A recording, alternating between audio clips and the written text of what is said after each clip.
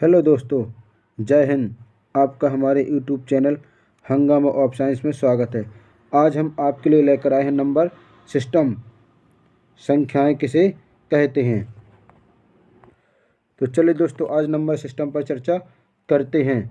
तो number system से संबंधित जो भी प्रश्न आएंगे उन सभी प्रश्नों के बारे में हम समझेंगे। चलिए तो इस टॉपिक को हम शुरू करते हैं। चलिए दोस्तों, हमारा टॉपिक है अंक। अंक किसे कहते हैं। तो अंक कहते हैं हम 0 से लेकर के 10 तक के अंकों क्या कहते हैं, अंक। जैसे 0, 1, 2, 3, 4, 5, 6, 7, 8, 9 और 10, इन सभी को क्या कहते हैं दोस्तों, हम अंक कहते हैं। तो जितनी भी दार्शनिक प्रणाली होती है सभी में अंकों का उपयोग किया जाता है। अंकों के सहारे हम किसी भी संख्याओं को बना सकते हैं। तो जब तक अंक नहीं हो तब तक हम किसी भी संख्या की परिभाषा नहीं दे सकते हैं। चलिए दोस्तों, हमारा दूसरा टॉपिक है प्राकृतिक संख्या या प्राकृत संख्या किसे कहते हैं। तो उदाहरण 1, 2, 3, 4, 5, 6 और कहाँ तक दोस्तों, अनंत तक। या हम कह सकते हैं वे संख्या जो कहाँ से, 1 से शुरू होती है। कहाँ से शुरू हो रही है दोस्तों, 1 से प्रारंभ हो रही है, शुरू हो रही है, उसे कहते हैं हम प्राकृतिक संख्या। तो प्राकृतिक संख्या को हम अराबिक संख्या भी कहते हैं। दोस्तों, पहले सी टेक के पेपर में अराबिक संख्या पूछा गया था, तो अराबिक के बारे में कोई नहीं जानता था। इसलिए अब जब से सी टेक में आने लगा तब से लोग बाग इसको क्या जानने लगे दोस्तों, अराबिक संख्या जानने लगे। तो इसे क्या कहते हैं दोस्तों, अराबिक संख्या बोलते हैं। तो अंक की गणना में जितने भी अंकों का उपयोग होता है दोस्तों, वो प्राकृतिक संख्या के अंकों का ही प्रयोग होता है। तो प्राकृतिक संख्या क्या बोलते हैं हम दोस्तों, इसको बोलते हैं हम नेचुरल नंबर बोलते हैं। इंग्लिश में बोलेंगे दोस्तों इसको हम नेचुरल नंबर, यानी प्राकृतिक संख्या जो हमारी कहाँ से, 1 से शुरू होती है, कहाँ तक, अनंत तक होते हैं, जिसे हम कहते हैं प्राकृतिक संख्या। चलिए अगला प्रश्न, अगली परिभाषा देखते हैं। दोस्तों, अगली परिभाषा हमारी पूर्ण संख्या किसे कहते हैं। यानी वे संख्या जो कहाँ से शुरू होती है दोस्तों, जो 0 से शुरू होती है, जो 0 से शुरू होकर अनंत तक जाती है, उसे कहते हैं हम पूर्ण संख्या, यानी 0 से शुरू होकर। चलिए दोस्तों, इसका उदाहरण क्या बनेगा। तो इसका उदाहरण आएगा हमारा 0, बस लिख देना 0, 1, 2, 3, 4, 5 और कहाँ तक जाएगा दोस्तों, अनंत तक। तो हम किसे कहते हैं पूर्ण संख्या, वे सभी संख्या जो 0 से शुरू होते हैं उसे कहते हैं हम पूर्ण संख्या है। अब जैसे हमें अंगुलियों को गिनना है तो हम कहीं 0 से तो गिन नहीं सकते कि 0, 1, 2, 3, 4। तो हम उसे कैसे गिनेंगे, हम प्राकृतिक संख्याओं से ही गिनेंगे। जितनी भी गिनती होती है, जो भी संख्या की काउंटिंग की जाती है दोस्तों, वो प्राकृतिक संख्याओं से की जाती है, ना कि पूर्ण संख्याओं से। जैसे हमें कहीं क्रिकेट खिलाड़ियों की संख्या गिनना है तो हम 0 से स्टार्ट ही करेंगे दोस्तों। इस तरह तो हमारी संख्या कितनी, केवल 10 ही रह जाएगी। तो हम उसे कहाँ से शुरू करते हैं, 1 से शुरू करते हैं। चलिए दोस्तों, जैसे कोई गिनती गिनते, यहाँ पे लिखा हमने 0 लिख दिए। अब इसको काउंट करना कि कितने 0 बनाए। तो दोस्तों, इसको ऐसे तो हम लिख नहीं सकते कि कहेंगे इसको हम 0 पढ़ेंगे, 0, 1, 2, 3, 4, 5। इस तरह तो हमारे कितने, एक संख्या कम हो जाएगी। इसलिए दोस्तों हम कैसे गिनते, इसको गिनते हम 1, 2, 3, 4, 5 और 6। तो दोस्तों, जितने भी काउंटिंग होते हैं उसमें हम प्राकृतिक संख्या का यूज करते हैं, ना कि पूर्ण संख्याओं का। चलिए हम अगली परिभाषा देखते हैं। अगली परिभाषा दोस्तों हम लिखते हैं सम संख्या किसे कहते हैं, सम संख्या। तो सम संख्या को दोस्तों क्या बोलते हैं इंग्लिश में, इसको बोलते हैं दोस्तों even number, EVEN, even number. चलिए दोस्तों, इसकी परिभाषा क्या होती है, वे संख्याएं जो 2 से डिवाइड हो जाती हैं। या हम उदाहरण लिखेंगे, एग्जाम्पल, जैसे 2, 4, 6, 8, 10। इस तरह से दोस्तों हमारी सम संख्या क्या कहलाएगी, जो हमारी संख्या 2 से डिवाइड हो जाती है, जिसे हम क्या कर सकते हैं, 2 से भाज्य कर सकते हैं, उसे कहते हैं सम संख्या। तो चलिए दोस्तों हम सम संख्या को कुछ उदाहरण के द्वारा समझते हैं। जैसे यहाँ पे लिखा है 2, 4, 5, 6। तो दोस्तों इसके लास्ट में क्या दिया गया है, 6 अंक है, जो किसको दर्शाता है, सम संख्या को दर्शाता है। इसी तरह से हम दूसरी संख्या लिखेंगे 5, 6, 2, 3। तो दोस्तों इसके लास्ट में क्या दिया गया है, 3, और 3 2 से डिवाइड नहीं होता, इसलिए सम संख्या नहीं है।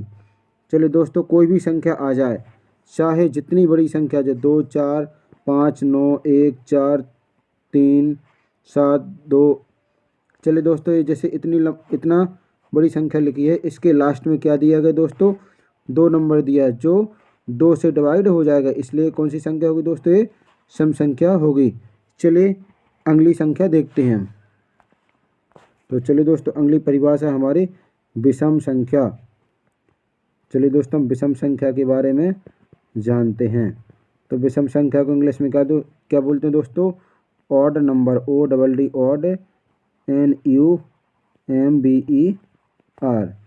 चलिए तो इसकी परिभाषा क्या होती है, यानी वे संख्या जो 2 से नहीं कटती है। दोस्तों वे संख्या जो 2 से पूरी डिवाइड नहीं होती, या जिनमें से शेषफल बच जाता है, उसे कहते हैं हम विषम संख्या। तो उदाहरण लिखेंगे हम, उदाहरण में आ जाएगा जैसे हमारा एग्जाम्पल में 1, 3, 5, 7, 9 और अनंत तक। कहाँ तक जाएगा दोस्तों, अनंत तक। वे संख्याएं जो हमारे 2 से नहीं कटती हैं, तो उसे कहते हैं विषम संख्याएं। जैसे मान के चलो कोई आप बॉटल लाए, अब बॉटल 2 लोगों को बांटना दोस्तों, तो इसे हम आधा आधा नहीं बांट सकते, तो ये कौन कहलाएगी, जिसके टुकड़े ना हो सके उसे क्या कहते हैं हम विषम संख्या। और भी चलो इसको हम एग्जाम्पल के द्वारा समझते हैं। जैसे हमारे पास कोई नंबर दिया गया है 5, 6, 7, 2, 4। तो इसमें देखते हैं दोस्तों कि लास्ट में क्या दिया गया, 4 दिया गया, जो हमारा क्या है, विषम संख्या नहीं है। तो विषम संख्या नहीं है। चलिए दोस्तों दूसरा 2, 5, 6, 3। इसको देखते दोस्तों लास्ट में क्या दिया गया, 3 संख्या दी गई है। 3 क्या है, जो कि एक विषम संख्या है, क्योंकि विषम संख्या की परिभाषा होती है कि लास्ट में क्या होना चाहिए, 1 होना चाहिए, 3 होना चाहिए, 5 होना चाहिए, 7 होना चाहिए और 9। इस तरह से कोई भी डिजिट होगा पीछे तो वो विषम संख्या कहलाएगी। चलिए दोस्तों अगली परिभाषा है हमारी भाज्य संख्या। क्या कहेंगे दोस्तों, भाज्य संख्या। तो भाज्य संख्या कौन कहलाती हैं, यानी वे संख्याएं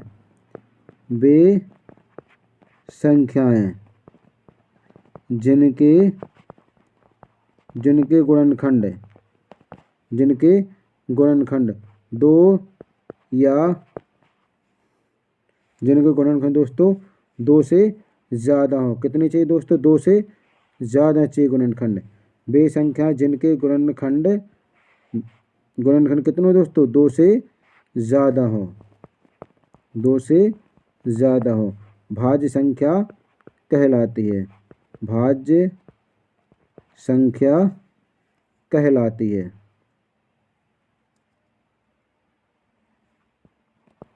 कहते हैं। इसका एग्जाम्पल क्या बनेगा दोस्तों, तो एग्जाम्पल में आएगा हमारा, पहले आएगी हमारी कौन सी, 4 के बाद आएगा दोस्तों हमारा 6 आ जाएगा, 6 के बाद दोस्तों हमारा 8 आएगा, 8 के बाद हमारा 9 आएगा, 9 के बाद 10, 10 के बाद आएगा दोस्तों 12, 12 के बाद आएगा हमारा 14, 14 के बाद आएगा 15। यानी वे संख्या जिनके गुणनखंड कितने होने चाहिए दोस्तों, 2 से ज़्यादा होना चाहिए। चलिए हम देखते हैं, जैसे 4 है, यदि 4 को हम देखते हैं तो 4 के गुणनखंड कितने निकलेंगे दोस्तों, तो यहाँ पे आ जाएगा हमारा 2 गुणा 2, और 1 तो सबकी रहती है, जो 1 से भी डिवाइड हो जाती है। इस तरह से दोस्तों 2 से ज़्यादा गुणनखंड हो जाएंगे। इसी तरह से हम 6 के देखते हैं, तो 6 का हमारा 1 आएगा 2, 1 आएगा 3 और 1 आएगा 1। इस तरह से दोस्तों कौन सी संख्या हो गई, ये हो गई दोस्तों भाज्य संख्या। चलिए हम दूसरी संख्या का भी चेक करते हैं। यदि हम लिखते हैं यहाँ पे 12 लिखते हैं दोस्तों, यदि इसका आपको अच्छे से नहीं बन रहा तो आप ट्री चार्ट भी बना सकते इस तरह से। जैसे हमारा 6 आ जाएगा और 12 कितना आएगा दोस्तों, 2 आ जाएगा। और गुणनखंड दोस्तों हम 6 के भी देखेंगे तो 6 का गुणनखंड हमारा बनेगा 3 भी आ जाएगा और 2 भी आ जाएगा दोस्तों। इस तरह से जिस संख्या के गुणनखंड 2 से ज़्यादा हो दोस्तों उसे क्या कहते हैं हम, उसे कहते हैं हम भाज्य संख्या। तो भाज्य संख्या की परिभाषा हो गई दोस्तों, जिस संख्या के 2 से ज़्यादा गुणनखंड होते हैं उसे कहते हैं भाज्य संख्या। और दोस्तों एक शॉर्ट ट्रिक से हम ये भी देख सकते हैं भाज्य संख्या किसे कहते हैं, यानी वह संख्या जो किसी न किसी संख्या से कट जाते। जैसे हम 4 लेंगे, 6 लेंगे, 8 लेंगे और 10 लेंगे दोस्तों, ये किसी न किसी संख्या से कट जाते तो उसे हम क्या कहते हैं, उसे कहते हैं भाज्य संख्या। अब देखते हैं दोस्तों, अब 1 की बारी आती है। अगर हम किसी संख्या से कट जाए तो ये भी मान सकते हैं कि 1 भी है, तो 1 किससे कट जाता है दोस्तों, 1 से कट जाता है। तो क्या 1 भाज्य है, 1 भाज्य नहीं है। 1 क्या है, 1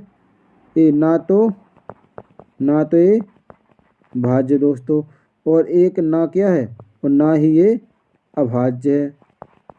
तो फिर क्या है, ये भाज्य अभाज्य की एक बीच की कड़ी है, ना तो भाज्य और ना अभाज्य दोस्तों 1। अब देखते हैं दोस्तों हमारी सबसे छोटी अभाज्य संख्या, वो भाज्य संख्या कौन सी होगी दोस्तों, तो सबसे छोटी भाज्य संख्या होगी दोस्तों हमारी 4। अब आता है कि बड़ी अभाज्य संख्या किसे कहते हैं। चलो तो हम अभाज्य संख्या की परिभाषाएं पढ़ते हैं दोस्तों। अगली परिभाषा हमारी अभाज्य संख्या किसे कहते हैं, अभाज्य संख्या। अभाज्य संख्या को क्या बोलते हैं दोस्तों, हम प्राइम नंबर। अभाज्य संख्या को बोलते हैं प्राइम नंबर। तो अभाज्य संख्या किसे कहते हैं, वे संख्या जिनके गुणनखंड कितने होते हैं दोस्तों, 2 होते हैं। जैसे हम देंगे 3, तो 3 को काटेंगे तो 1 से कट जाएगा और 3 से कट जाएगा। इस तरह से दोस्तों 3 के गुणनखंड कितने हुए, 2। अब देखते हैं हम दोस्तों 5 देख लेते हैं। तो 5 के गुणनखंड कितने होंगे, 1 स्वयं होगा और 1 5 होगा। इस तरह से इसके गुणनखंड कितने आए दोस्तों, 2 आए। इसके बाद हम देखते हैं 13। तो 13 को डिवाइड करके देखते हैं तो ये 1 से कटेगा और स्वयं से कट जाएगा। तो इसके भी गुणनखंड कितने आए दोस्तों, 2 आए। इसके बाद हम देखते हैं दोस्तों 17 देख लेते हैं। तो 17 का भी देखते हैं। तो 17 किससे कटेगा दोस्तों, एक तो 1 से कट जाएगा और एक कटेगा स्वयं से कटेगा, 17 से कट जाएगा।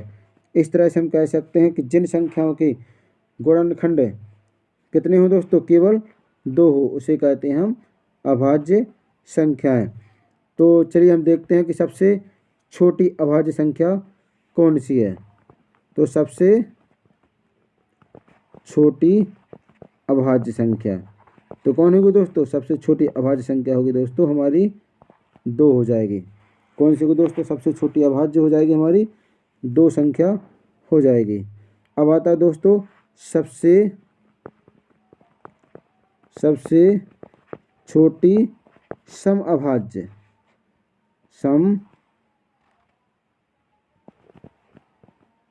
सबसे छोटी सम अभाज्य संख्या कौन सी दोस्तों, तो सबसे छोटी सम संख्या भी हमारी 2 होगी। अब आता है सबसे छोटी विषम अभाज्य संख्या। तो विषम अभाज्य संख्या कौन सी होगी दोस्तों, तो 3 होगी। सबसे छोटी विषम अभाज्य संख्या होगी दोस्तों 3 होगी। अब आता है प्रश्न कि सबसे बड़ी अभाज्य संख्या बताइए। तो सबसे बड़ी अभाज्य संख्या कौन सी है, तो सबसे बड़ी अभाज्य संख्या तो आप किससे पूछ सकते हो दोस्तों, तो दोस्तों सबसे बड़ी अभाज्य संख्या आप पूछेंगे किससे, एक सबसे बड़ा सर है जिसे हम क्या कहते हैं, जिसको हम बोलते हैं गूगल सर। यानी गूगल सर के पास में हर किसी का आंसर है। चलिए दोस्तों अगली परिभाषा है हमारी। तो चलिए दोस्तों हम अभाज्य संख्या कुछ उदाहरण देखते हैं। तो हमारा अभाज्य संख्या कौन कौन सी हो जाएगी, तो हमारा होगा 1, सबसे शुरुआत में होगा हमारा 2, 2 के बाद आएगा हमारा 3, 3 के बाद आएगा दोस्तों 4, 4 के बाद आएगा 5, 5 के बाद आएगा 7, 7 के बाद आएगा 8, सॉरी 7 के बाद आएगा हमारा कौन सा आना चाहिए, 7 के बाद आएगा हमारा 8 हो नहीं सकता है, 9 हो नहीं सकता है, इसके बाद आएगा हमारा 11, 11 के बाद आएगा दोस्तों 13, 13 के बाद आएगा दोस्तों हमारा कितना 17 आएगा, 17 के बाद आएगा दोस्तों 19। इस तरह से हमारी ये विषम संख्याएं अब अभाज्य संख्याएं हैं। तो चलिए दोस्तों इसमें सभी विषम संख्याएं हैं, किसको छोड़कर, केवल 2 को छोड़कर, 2 सम है बाकी सब विषम संख्याएं। तो ऐसा भी प्रश्न बन सकता है कि कौन सी सम संख्या अभाज्य संख्या है, तो वो दोस्तों कौन है, 2, एकमात्र संख्या 2 है। इसके बाद में जो भी संख्या मिलेगी सभी क्या होंगी दोस्तों, सभी संख्या मिलेंगी आपको विषम मिलेंगी। इस तरह से आपको कोई भी प्रश्न नहीं देगा कि विषम संख्याएं ही अभाज्य संख्या क्यों होती हैं। चलिए हमारा अगला प्रश्न है। तो अगली परिभाषा दोस्तों सह अभाज्य संख्याएं, सह अभाज्य संख्याएं, इनको क्या बोलते हैं दोस्तों, इनको अंग्रेजी बोलते हैं को प्राइम नंबर। क्या बोलते हैं दोस्तों इनको, को प्राइम नंबर। तो सहअभाज्य कौन सी संख्या होती है, ऐसी संख्याएं जिनका HCF कितना है दोस्तों, ऐसी संख्या जिनका HCF कितना है, 1 का है, उसे कहते हैं हम क्या बोलते हैं, सह अभाज्य संख्याएं।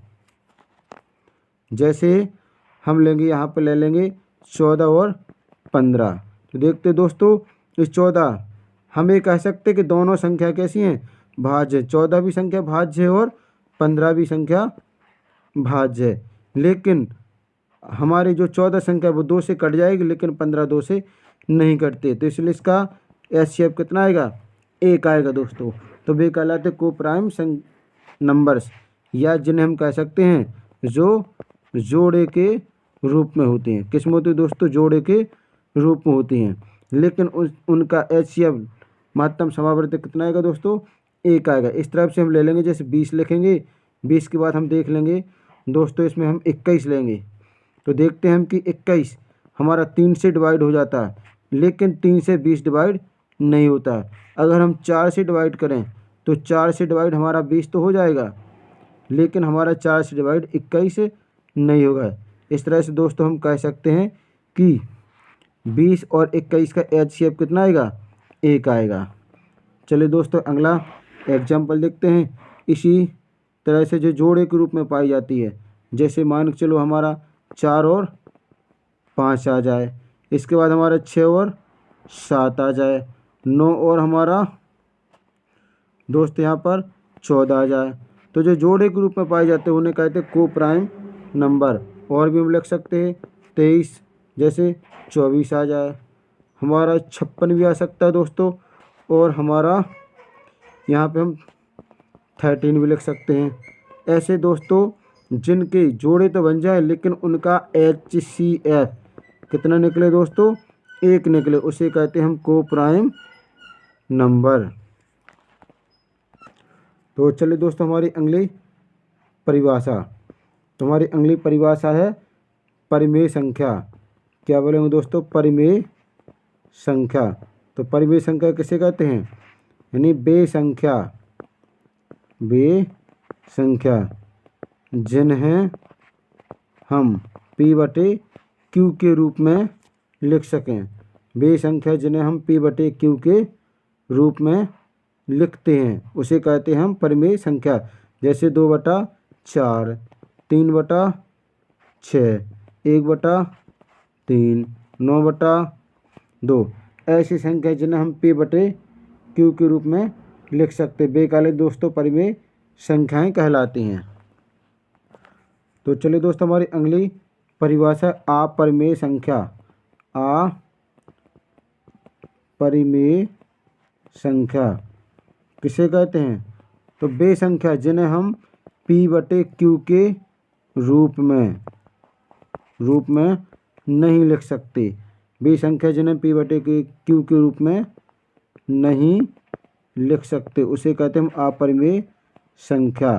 तो इसका एग्जाम्पल क्या बनेगा दोस्तों, जैसे हमारा आ जाएगा √3, 1/√3 जिन्हें हम पी बटे क्यू के रूप में नहीं लिख सकते हैं।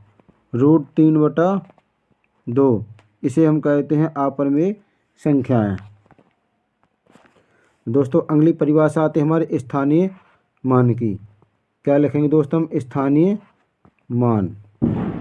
स्थानीय मान किसे कहते हैं, स्थानीय मान किसे कहते हैं, किसी संख्या में किसी अंक से जो संख्या निरूपित होती है वह उसका स्थानीय मान कहलाती है। जैसे दोस्तों हम एग्जाम्पल लिखेंगे यहाँ पर 2, 4, 5, 6, 7। तो इसमें देखते हैं अगर हमें 4 का स्थायी मान ज्ञात करना है दोस्तों, तो 4 जिस संख्या में बैठा उसे उसका स्थायी मान स्थानीय मान कहते हैं। जैसे हमें इसको निकालने के लिए क्या करना पड़ेगा, सबसे पहले हम दोस्तों 4 लिखेंगे, 4 के बाद जितने भी डिजिट होते हैं सबको क्या बना देंगे, 0 बना देंगे। इस तरह से हमारा 4 का स्थानीय मान होगा दोस्तों 4000। चलो अब दूसरी संख्या लिखते हैं, जैसे 5, 9, 6, 7, 4, 3, 2, 1। इसमें देखा जाए दोस्तों कि 9 का स्थानीय मान ज्ञात करना, तो 9 का स्थानीय मान कितना बनेगा दोस्तों, 9 का बनेगा 9 लिखने के बाद लास्ट के सारे क्या लिख देना दोस्तों, हमें 0 लिख देना है। तो 1, 2, 3, 4, 5, 6, 1, 2, 3, 4, 5, 6। इस तरह से दोस्तों पीछे कितने 0 लिख देना है, तो इसे कहते हैं हम स्थानीय मान। चलिए दोस्तों अगली परिभाषा आती है हमारी अंकित मान। क्या बोलते हैं इसको, अंकित मान। अंकित मान दूसरा नाम इसका जातीय मान, या जिसे हम कहते हैं फेस वैल्यू। क्या बोलते हैं दोस्तों, फेस वैल्यू बोलते हैं। तो जातीय मान किसे कहते हैं, किसी संख्या का जातीय मान वही अंक होता है जिसका पूछा जाता है। जैसे एग्जाम्पल में 5, 1, 2, 4, 6। अगर इसमें 1 का जातीय मान पूछा जाए तो 1 का जातीय मान होगा दोस्तों 1, 2 का जातीय मान होगा दोस्तों 2, 4 का जातीय मान होगा 4, 6 का जातीय मान होगा 6, 5 का जातीय मान होगा 5। इसी तरह से कोई भी संख्या आ जाए, जातीय मान वही संख्या होती है जो अंकित संख्या होती है। अब दोस्तों अगला नंबर आता हमारा छोटी और बड़ी। छोटी संख्या ऑब्लिक बड़ी संख्या। तो छोटी संख्या और बड़ी संख्या किसे कहते हैं, तो प्रश्न था 1 अंक की छोटी संख्या। तो 1 अंक की छोटी संख्या बनेगी दोस्तों हमारी 1 होगी। अब दोस्तों आता है 1 अंक की बड़ी संख्या। तो 1 अंक की बड़ी संख्या कितनी होगी दोस्तों, हमारी बड़ी संख्या हो जाएगी 9। इधर आता है 2 अंक, 2 अंक की छोटी संख्या। तो क्या बनेगी दोस्तों, 2 अंक की छोटी संख्या होगी 1 लगा के 0। अब दोस्तों आता है 2 अंक की बड़ी संख्या। क्या बनेगी दोस्तों, 2 अंक की बड़ी संख्या होगी हमारा, इसमें क्या कर देना, हम 9 को 2 बार लिख देना है। इसी तरह से देखते हैं दोस्तों 3 अंक की छोटी संख्या कितनी बनेगी, तो 3 अंक की छोटी संख्या बनेगी दोस्तों हमारे 1 बना के 2 0 रख देना है। तो हो जाएगा हमारी 3 अंक की छोटी संख्या। अब देखते हैं दोस्तों हमें 3 अंक की बड़ी संख्या, तो 9 को 3 बार लिख देना है। इस तरह से दोस्तों हमारी 3 अंक की बड़ी संख्या हो जाएगी। अब देखते हैं हम 4 अंक में, तो 4 अंक में 1 बना के लास्ट में 3 0 रख देना। तो कौन सी हो गई, छोटी संख्या हो गई 4 अंक की। 1 अंक, 2 अंक, 3 अंक और 4 अंक। अब बड़ी अंक लिखना है तो 1 9 लिखेंगे, फिर 2 9, 3 9 और 4 9। इस तरह से हमारी 4 अंक की सबसे बड़ी संख्या हो जाएगी। अब दोस्तों हमें जितने भी अंक की बड़ी छोटी संख्या लिखना है उतने ही अगर हम छोटी लिखेंगे तो 1 के बाद उतने ही 0 बढ़ाते जाएंगे। तो 1 2 3 4 5 दोस्तों ये 5 अंक की छोटी संख्या हो जाएगी। इसी तरह से अगर हमें 10 अंक की 9 सबसे बड़ी संख्या लिखना है तो 9 को कितने बार लिख देना है दोस्तों, हमें 10 बार लिख देना है। तो 9 10 बार लिखेंगे, 1 2 3 4 5 6 7 8 9 और 10। इस तरह से हमारी 9 10 अंकों की सबसे बड़ी संख्या हो जाएगी। तो दोस्तों इसका सीधा सा फंडा है कि हम अगर हमें छोटी संख्या लिखना है और बड़ी संख्या लिखना है तो बड़ी संख्या में तो हमें उतने ही बार 9 लिखते जाएंगे, छोटी संख्या में एक के बाद दोस्तों हम 0 लिखते जाएंगे, तो हमारी छोटी संख्या और बड़ी संख्या बन जाएगी। अभी दोस्तों एनवीएस या हम कहेंगे JNV यानी नवोदय का पेपर हुआ था दोस्तों। तो उसमें पूछा गया था, नवोदय के पेपर में पूछा गया था कि एक से लेकर दोस्तों 100 तक कितने 9 आते हैं। तो दोस्तों 1 से लेकर 100 तक 9 आते हैं कितने बार दोस्तों? 9 आते हैं 20 बार आते हैं। अब चलिए इसी का एक जीके का प्रश्न है कि हमारी जो अभाज्य संख्या दोस्तों कौन सी है? अभाज्य संख्या गिनती में 1 से 100 तक कितनी बार आता है दोस्तों? ये कितनी बार आता है? 25 बार आता है। तो 25 अभाज्य संख्या है हमारी। 1 से 100 तक कितनी है दोस्तों? अभाज्य संख्या हमारी 25। तो हमारे अब देखते हैं 1 से 50 तक। 1 से 50 तक दोस्तों कितनी है? 15 अभाज्य संख्या हैं। कितने दोस्तों? 15 अभाज्य हैं।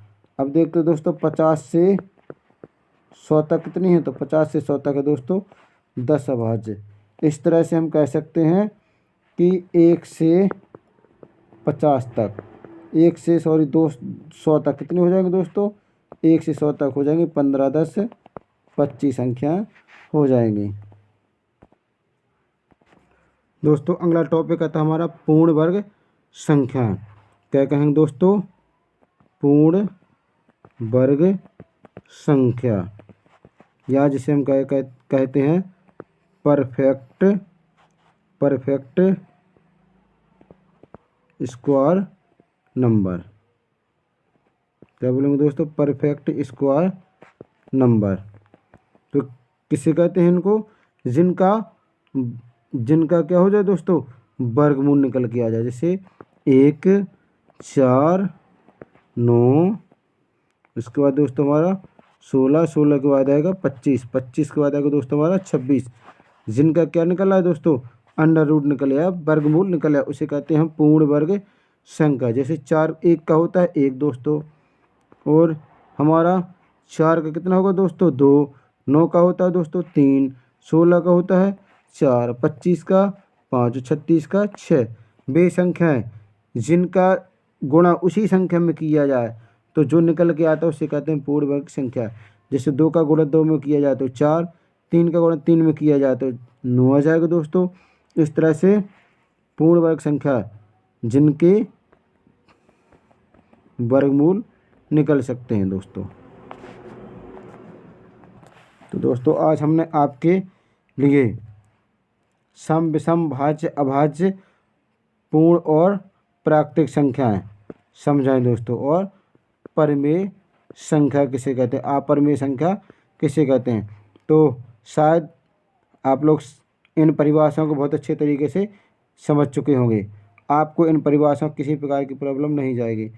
चलिए तो वीडियो को हम रखते हैं। यदि आपको वीडियो अच्छी लगे तो कमेंट्स करके ज़रूर बताइएगा। Thanks for watching this video.